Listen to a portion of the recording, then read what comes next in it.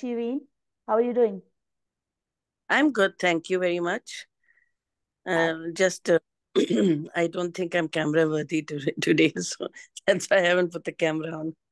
uh, okay, no problem. I think Dr. Meher, she's also trying to manage with her camera. So hopefully we will be able to see her if that would be possible. Otherwise, then voice would be okay for us. Let us begin without wasting time. Uh, uh, as soon like Dr. Meher, she would be also able to join. Yeah, I can see Dr. Meher. Assalamu alaikum, Dr. Meher. How are you doing? Okay, I was very busy, but Walaikum Salam, Kiran, but for you, I said I must join you people because you have discussed such important topics and they're so helpful for people. So let's start the session now. Jazakallah so much. And so I would begin, as you know, that Dr. Meher and Dr. Shireen, both of you can respond. There's a big hype on transgender, especially if you talk about in Pakistan, though all over the world. And the reason is something like I thought that I should talk about this topic is it's really very important because a lot more disinformation, misinformation is spreading everywhere, especially in our country, in Pakistan. So I wanted to debunk a lot more, wrong stories or misinformation around this topic, around this especially, particularly about this transgender topic. So I thought, okay, I need to talk on this. And that is why I just, invited you guys. Maybe we will be able to cover a lot more questions this first session, but soon I would also schedule another session where we would be discussing more further, because as you know that in few minutes of time, we wouldn't be able to cover. But let me begin with this term, transgender. What does transgender mean exactly, actually? And as about like gender identity as well. I would begin with Dr. Meher because she's visible, and then I would also let Dr. Shireen also to respond on that. So yes, Dr. Meher, what would be your thought about this term? So, yeah, the transgender is a term used very loosely because you see, there are you have to define the sexes. Yes. So basically, people know it's a male sex and female sex, and they call it sometimes a third sex, but it's a very loose term because lots of people who are actually into the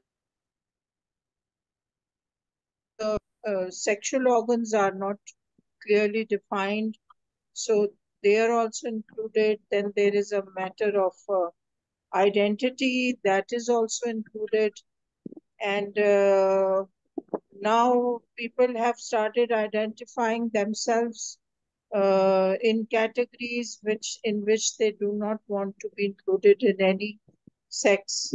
So they are also included in that. Then there are other. So it's a very broad term now used for transgender, and it has many implications: social, medical, embryological, biological.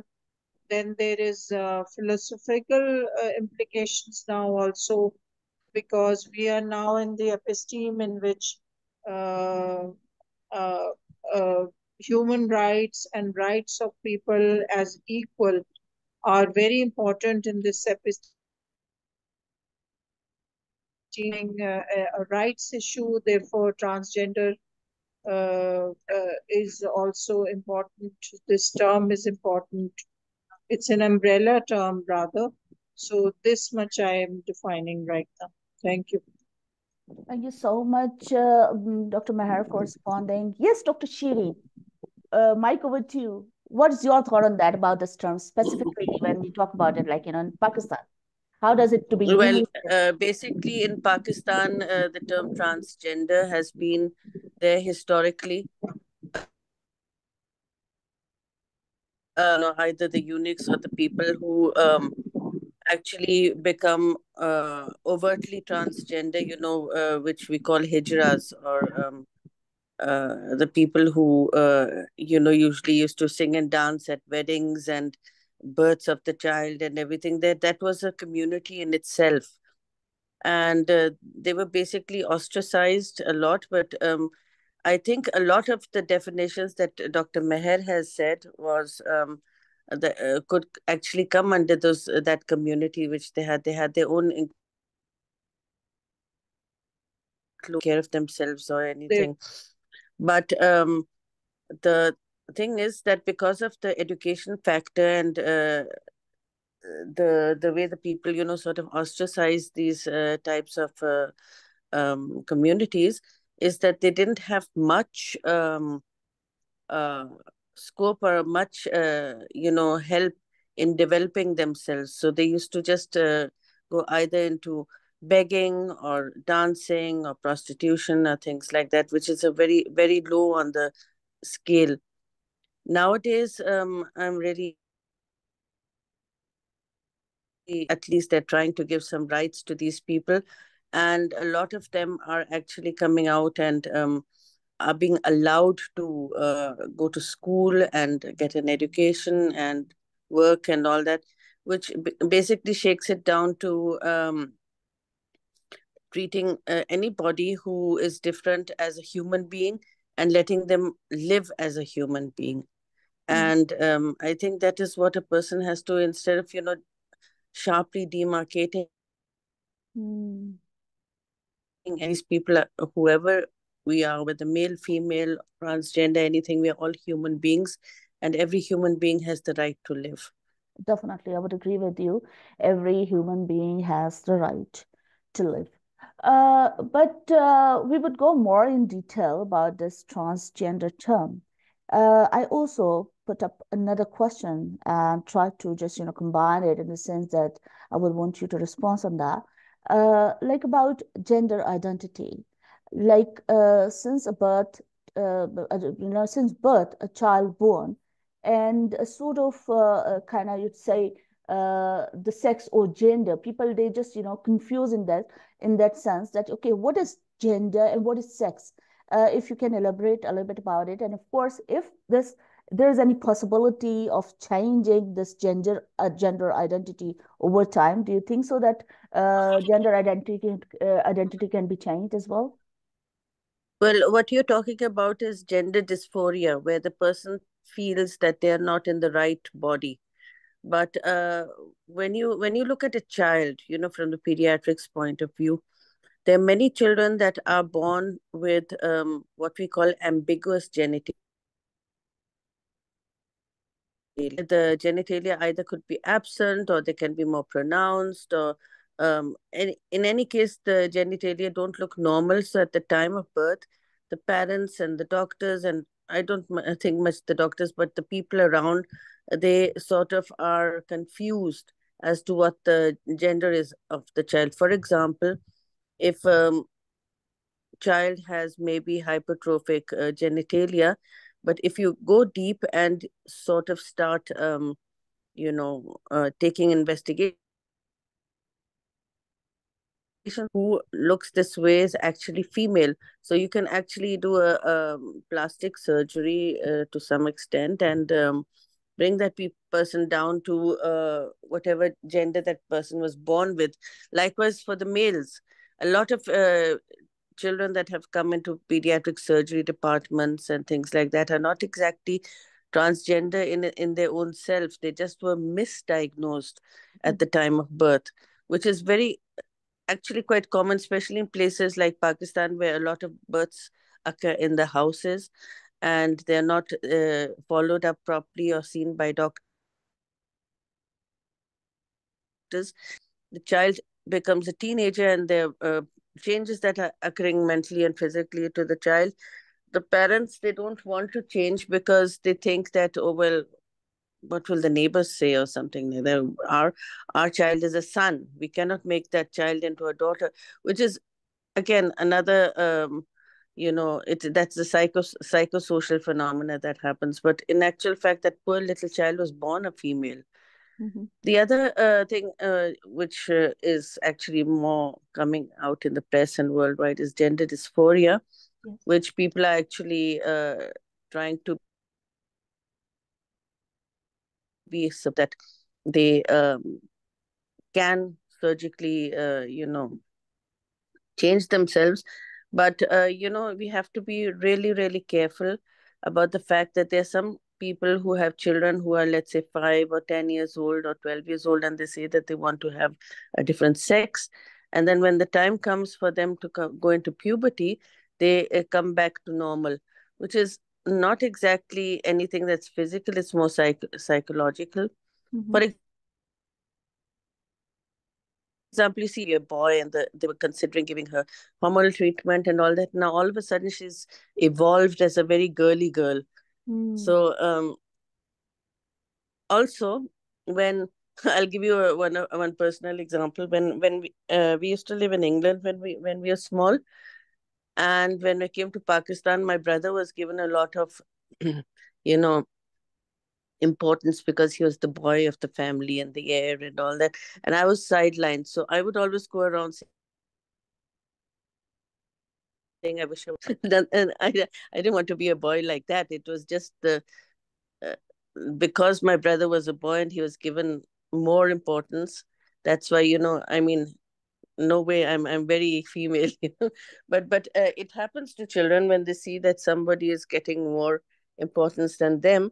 They want to sort of put themselves in the slot that they are not in, Yeah. and that can lead to also these gender dysphorias in some place if it is encouraged a bit too much. But Okay. however, Mm-hmm. Please, to please you to continue. what I mean to say is, you play along with the child. When the child is going into puberty or has grown up fully, I don't think it is even ethical to start giving a small child hormones to change their gender and everything. It's not. I mean, that's um, my personal opinion.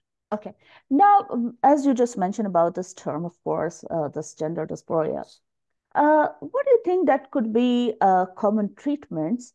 And as it's just the only solution, like, a child or an adult could go only to Listen, the surgery. first Sorry, Dr. I Shireen? said the first thing that a person, before you go into physical treatment or anything, the Mm-hmm. first thing a person should do is to get the child into therapy, psychological therapy. Yes, Find I out was whether told.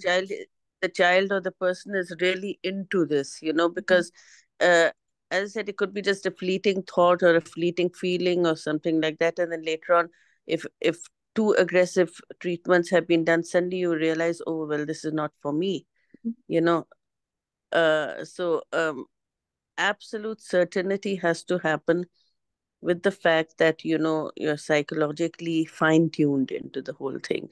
If you say, Mm. Mm. many people say, okay, fine, I know I'm a boy and I want to be a boy and I want to have this and I want to have that. Okay, fine, good for you. Mm. Uh, maybe.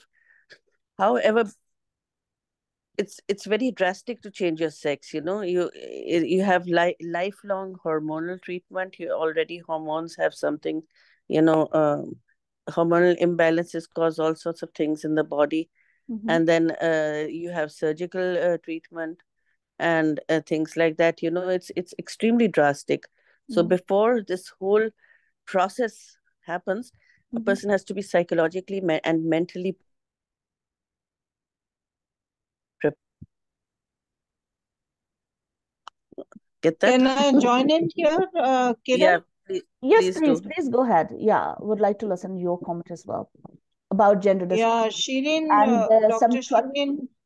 some treatments Yeah, as yeah. well. Yeah, she was mentioning about some treatments where she was also mentioning about surgery. Surgery maybe would be the last resort, you could call it. But before that, as she was mentioning about psychological counseling. So, your thought on psychological counseling, is it there a possibility that through which psychological counseling, do you think that could change come, for Yeah, Kiran, maybe? Yeah, please go ahead. the whole, actually, like Shireen mentioned before, there were as we had seen in Pakistan, there was a whole issue of uh, the transgenders, or we call them Khwaja Sara Mm-hmm. or Hijras in common language. Uh, there was a whole political and social when the British came. They were very cruel with the this community, and this community was revered in India, and they were taken as normal. People were living in houses, and we also in Pakistan we had them in houses, and they were trustworthy people, Mm-hmm. and they grew up as family people. But the background is that then the British colonial rulers, they led a movement in which they ostracized jails, and they did a lot of cruelty on these people. So generally, they became defensive, and there was a lot of problems. So this translated in the modern times era into not being able to, survive the social onslaught against them. And as you know, that we all, as our citizenship, we became weak. Now the in international, including the identity and the rights movement, they became stronger. And according, because as the feminist movements grew strong, these movements also grew strong. So the options of into healthcare also were translated and in the social care were translated in the West very prominently, but in Pakistan, as usual, into healthcare and medical care. So when I was a young doctor, we did have a lot of people coming in for sex change operations. They were secretive and they were very successful. And we know of many people who have lived normal, happy lives as after the sex change operations. Mm-hmm. As Dr. Shireen pointed out, sex change operations are not easy. Hormonal treatment is not easy. So now the children, children do not have their will properly in perspective, or they do not have, strong enough mind to know what they really want. Because adolescent itself is a very difficult process, and Mm-hmm. it's a natural process. So if you force your will into on a child, because obviously parental or child minders will does translate into operation, and it's a very difficult decision. So personally, I think I am just like Dr. Shireen. I'm not in favor of very strong identity choices with children, because it's better that the children pass through normal adolescent and puberty, because then they understand. Because in Pakistan, what our You're right. personal experience is, did not understand at that time when they came, and they were neither male nor female, and the choice was clear to them that they want to become male. Because I've witnessed mostly male operations, that Mm-hmm. they changed the sex into male part, and they were successful. I know many people who have had that change Operation Kiran, and who are into politics also. I will never ever disclose their names, Mm-hmm. but so I think this natural process and too much choices given to children about identity. I think, and one thing I want to talk against the Western propaganda is the media, the books, the stories, uh, because it's become confused. Confusion is there because mm, uh, of the rights issue. Because many transgenders, they wanted to have the right, and they have more propaganda with the stories and with children's textbooks and poems, and that created a kind of confusion in the mind of younger children Mm. because they want to be equal with them and they do not want to ostracize them. So again, I told you it's a philosophical issue now, and it's a major question, but the medical implications of sex change operations are great, and even hormonal treatment are very, very, if they are aggressive, they are very, very difficult to reverse and also to get difficult to give. So I think it's a very, very difficult situation humanity is in right now. Okay. Yeah, we know even Yeah, even please. in a normal any hormonal changes, whether it's not necessarily sex hormone, it could be other hormones, like for example, uh, insulin is a hormone, and growth hormone, drives the human body. So any imbalance or inaccessibility to any hormone can cause weird stuff happening to the body. I mean, there's so many diseases that are hormonal based and all that. And I know of some people who are into transgender, but because of their hormonal intake, they actually are having other stuff happening to them. Like there's a very big predisposition to cancer and to other disorders and hormonal disorders, etc. So um, I think a child, I wouldn't think a child is a person who can actually decide for themselves what Mhm. they want to do. Okay. So meher is, you know, Yes, yes. I think I would agree with you, of course. And there's supposed to be a kind of particular age, by that time that maybe child himself or herself can decide, or I don't know, the decision would go with parents as well to like, for discussion or one something. thing I'd like to say, uh, Mm-hmm. if a child is born with ambiguous genitalia, it Mm-hmm. is absolutely necessary that further investigation is done. Which Mm-hmm. people actually, that just for example, especially a guy who has about 7 girls, and he has a child with ambiguous genitalia. Oh, fine, I have a boy now. I mean, that is the guy's ego, but it turns out that this guy, poor little baby, is actually a girl. So that sort of messes up the the life of that little child. So every child that is born with ambiguous genitalia does need to have proper investigations as to what the gender of that child is, so that when the child grows older, Mm-hmm. anytime along the lines, we actually are aware of the fact what the child's gender is, and psychologically and physical implications will not be applied then. Okay, thanks a lot for responding, Dr. Shireen. I want to talk a little bit about, as you guys mentioned as well, for this hormone replacement therapy.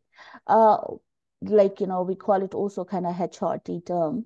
What involves taking, like, hormones to induce this physical change that align with gender identity? And it's sort of like, is it kind of, is it kind of successful therapy? And as what sort of hormones to be used in that kind of therapy? If you can explain a little bit about for my audience, so that would be great. Maybe should we begin with But Dr. Mehreen or Dr. Shirin? Please, who want to respond, Dr. Kiran, when you are, pardon? I said, when you're male, you have predominantly a higher amount of testosterone in your body. Mm-hmm. And when you're female, you have a higher amount of estrogen in the body. Now, the estrogen, what it does is it develops the female organs. It gives you a female, um, what you call it, the fat on the body is distributed in the female manner. You start developing mammary glands, and basically it makes you what essentially what you are, female. The estrogen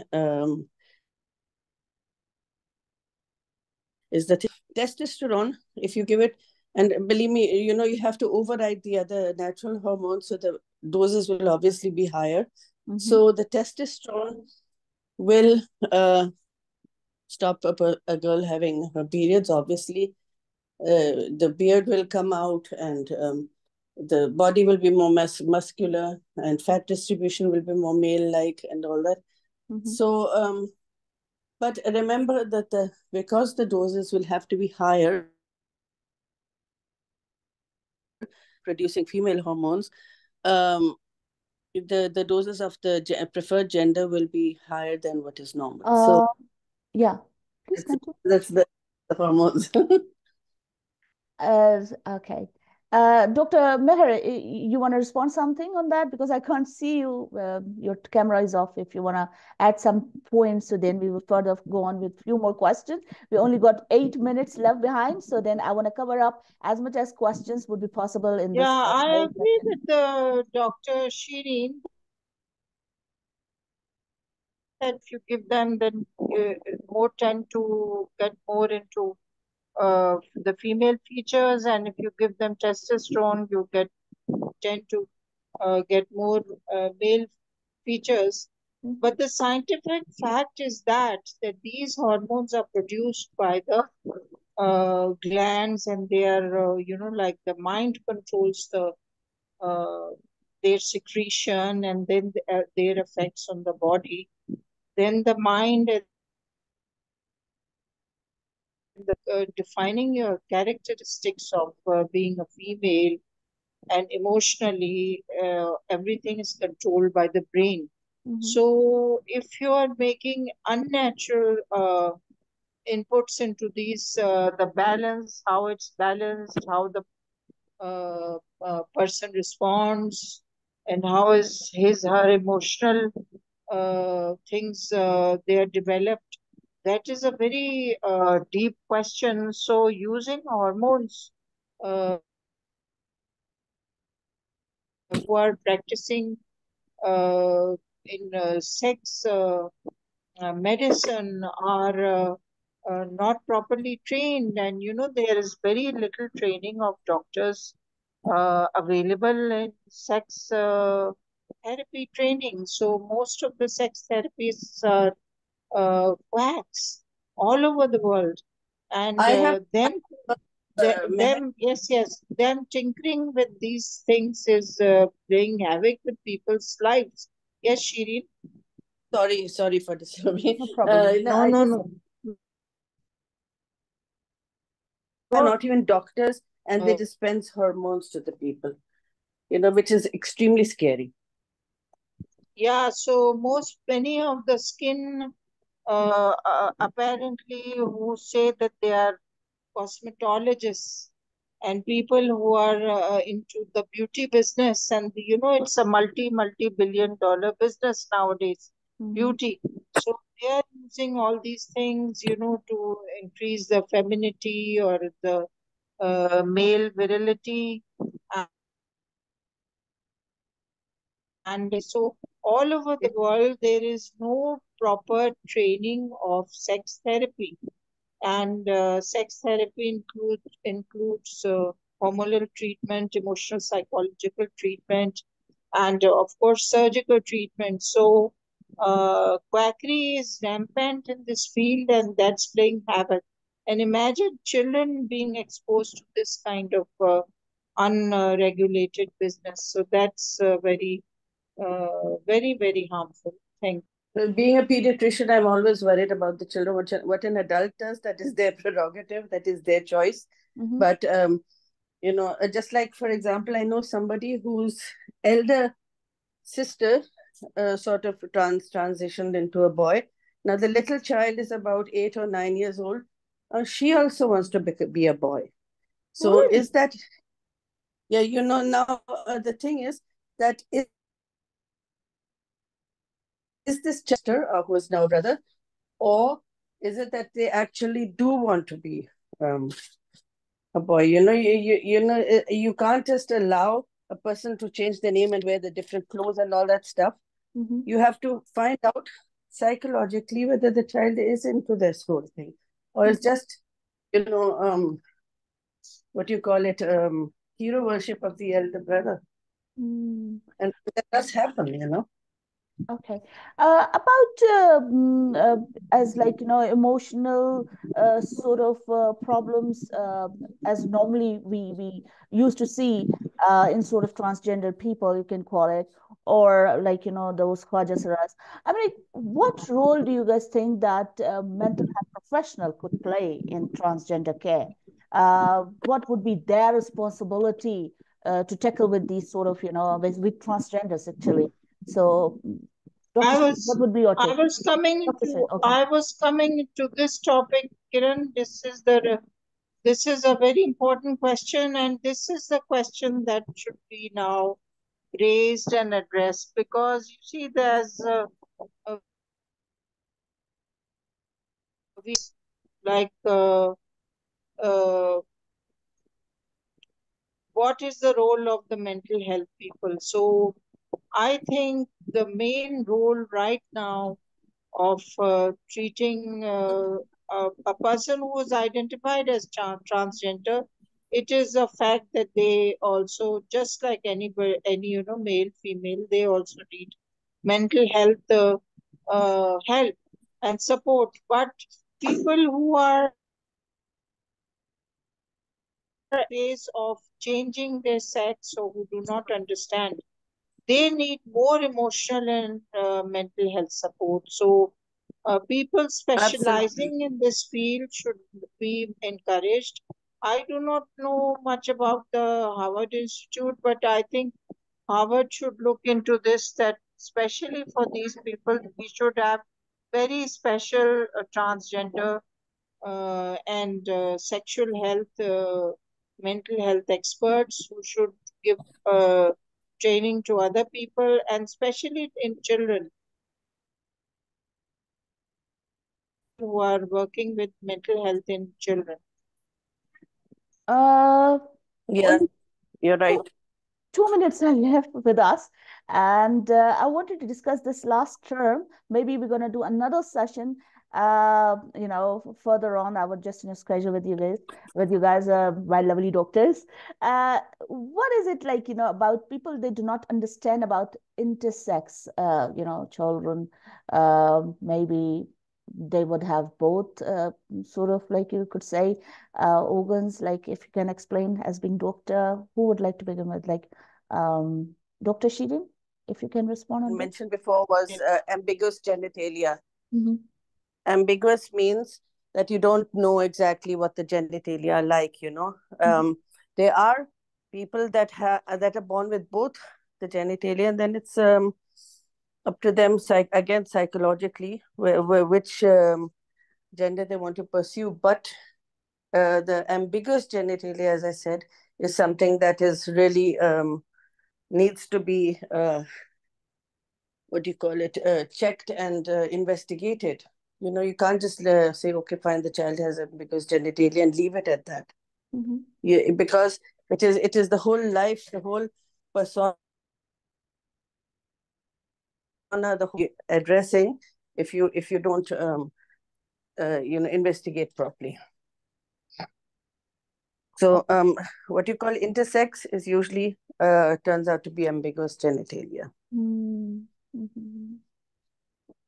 meaning that the child is born. You know that the child is a human being, Mm-hmm. but just because of that little patch in between the legs, you don't know what the child is, whether it's a boy and a girl.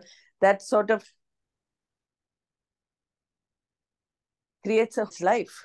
Mm-hmm. Therefore, I cannot stress it more that the child has to be investigated again and again till such time the actual gender of the child is, revealed. Thank you so much, Dr. Shireen and Dr. Meher. I will have to wrap up the session is because only 1 minute left and I can't pose more questions. But hopefully, I would invite you again, Dr. Shireen, Dr. Meher, to discuss furthermore.